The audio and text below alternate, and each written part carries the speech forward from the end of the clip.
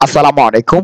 ২০২৪ শিক্ষাবর্ষের সপ্তম শ্রেণীর ইংরেজি বিষয়ের বার্ষিক পরীক্ষার নতুন মানবন্টনের আলোকে আজকে আমরা আলোচনা করব আনসার টু দ্য কোয়েশ্চেন নং 10 অর্থাৎ ১০ নম্বর প্রশ্নে তোমাদের লিখতে হবে অ্যাপ্লিকেশন। অ্যাপ্লিকেশন কি? ফরমাল লেটার বোঝাবে আর ইনফরমাল লেটার বলতে সিটি বোঝায়। পর্বে আমরা আলোচনা করেছিলাম ১ থেকে ৮ নং পর্যন্ত।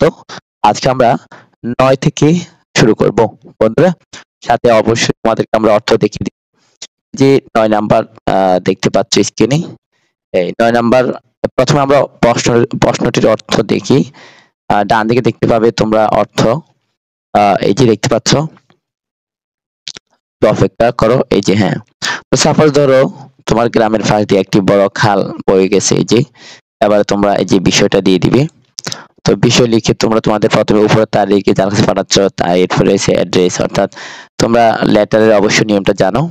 সেই নিয়ম অনুসারে লিখে মাঝখানে যে বডির অংশ আছে অর্থাৎ মাঝখানে যে লেখাটা আছে সেটার থেকে তোমরা অর্থ বুঝে নিজের মতো করে ছোট করেই তোমরা শিখে রাখতে পারো। তো এরপরে দেখো এখানে হচ্ছে ১০ নম্বর প্রশ্ন। ১০ নম্বর প্রশ্নের অর্থ দেখো। আর এ হচ্ছে সাবজেক্ট বিষয় দিবি। এরপরে হচ্ছে এই যে ইয়ার তারপর যে ডানে বিষয় দেখতে পাচ্ছ তোমরা। বিষয় না ডানে অর্থ লক্ষ্য রাখো। এরপর হচ্ছে ১১ নং। ১১ নং এর প্রশ্ন ডানে দেখো। ধরো তোমার স্কুল লাইব্রেরি যে ইত্যাদি ইত্যাদি বিষয় এখানে দেখো। হচ্ছে বিষয়। আর এই হচ্ছে তোমাদের বডির অংশ মাঝের অংশটি তোমরা দেখো। এরপরে I therefore friend that would can have to এই যে দিয়ে মিলিয়ে দিবা। এরপরে ১২ নং প্রশ্ন। ১২ নং প্রশ্নের অর্থ দেখো। আর এই হচ্ছে ১২ এর উত্তর। এখানে সাবজেক্ট হচ্ছে দেখো সাবজেক্ট। আমাদের সুবিধার্থে অর্থ আমরা দেখাই দিচ্ছি অগ্রিম ছুটির জন্য আবেদন। আর এই হচ্ছে মাঝের অর্থ I would like to assert that voting ceremony. এরপর হচ্ছে দেখো এই যে এটা হচ্ছে সাবজেক্টের অর্থ। এরপরে এটা হচ্ছে অ্যাবসেন্স অনুপস্থিতি ছুটির জন্য আবেদনের কি বিষয়। আর এই হচ্ছে তোমাদের বডির অংশ। এটা হচ্ছে বডির অংশ। এরপরে হচ্ছে দেখো ১৪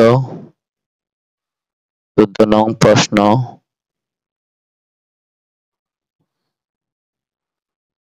প্রশ্ন লক্ষ্য করো। এবার আসো এটা সাবজেক্ট। যোগাযোগমূলক তথ্য। এরপরে এটার বিষয় এটার বডির অংশ। ডানে অর্থ দেখো। ডানে অর্থ লক্ষ্য করো। এরপর হচ্ছে ১৫ অর্থ দেখো। আর এটা হচ্ছে বিষয়। এটা হচ্ছে বিষয় শিক্ষক প্রশিক্ষক কর্মসূচিতে অংশগ্রহণের অনুমতি। আর এই হচ্ছে তোমাদের বডির অংশ। তোমরা অর্থ লক্ষ্য করো। মাঝের এই যে বডির অংশটা অর্থ দেখে বুঝে তোমরা ছোট করে নিজের মতো করে শিখে নিতে পারো। এই হচ্ছে সাবজেক্ট। আর এটা হচ্ছে বডির অংশ। এইটার অর্থ দেখো। উপরে আরেকটু আছে। ডান দিকে কোনায় এই যে কর্নারে এই যে। এরপরে হচ্ছে এই যে এটার বিষয় দেখো।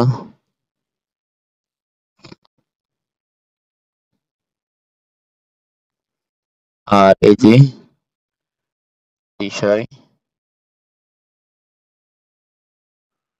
আর এটা লক্ষ্য করো।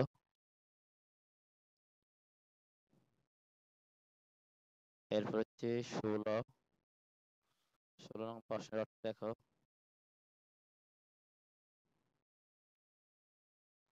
16 নং বিষয় দেখো। 16 পড়েছি। এটা কত? 17। এবারে 18। 18 দেখো, 18 17 পরে 18। এরপরে এটার অর্থ, বিষয়ের অর্থ। এরপরে বডির অর্থ। আশা করি দেখতে পাচ্ছ।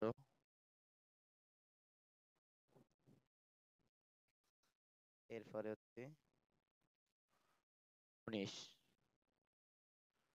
এই যে 19 এর অর্থ দেখো। এই যে সাবজেক্ট, বিষয়, আর এখানে হচ্ছে বডির অর্থ। আশা করি দেখতে পাচ্ছ। এরপরে হচ্ছে এই যে প্রশ্নের অর্থ।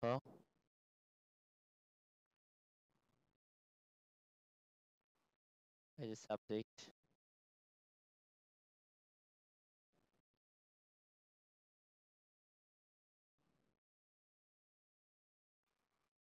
কলম ফিয়েট বিস্তারিত তথ্য। এরপরে হচ্ছে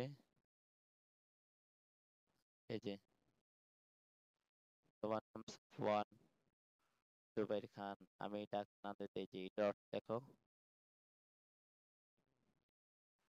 এরপরে 21। 21 এর অর্থ লক্ষ্য করো। এটার অর্থ এখানে এই যে এটার অর্থ, এই যে বডির অংশের অর্থ। বডির অংশের অর্থ এই যে। এরপরে দেখো 22 নং। 22 নং প্রশ্নের অর্থ। আর এই যে সাবজেক্ট আর বডির অংশ। বন্ধুরা, তোমরা এই 22টি ফর্মাল লেটার অর্থাৎ লিগেশন শিখে রাখতে পারো। মাঝখানে বডিটি তোমরা করে অর্থ থেকে ছোট করে দিই, আর মূল পুরোটা যে নিয়ম, দপ্তর লেখার নিয়ম সেটা শিখে রাখবে, তাহলে সহজে আয়ত্ত করতে পারবে। আজকের ভিডিওটি এখানে শেষ করছি। আল্লাহ হাফেজ।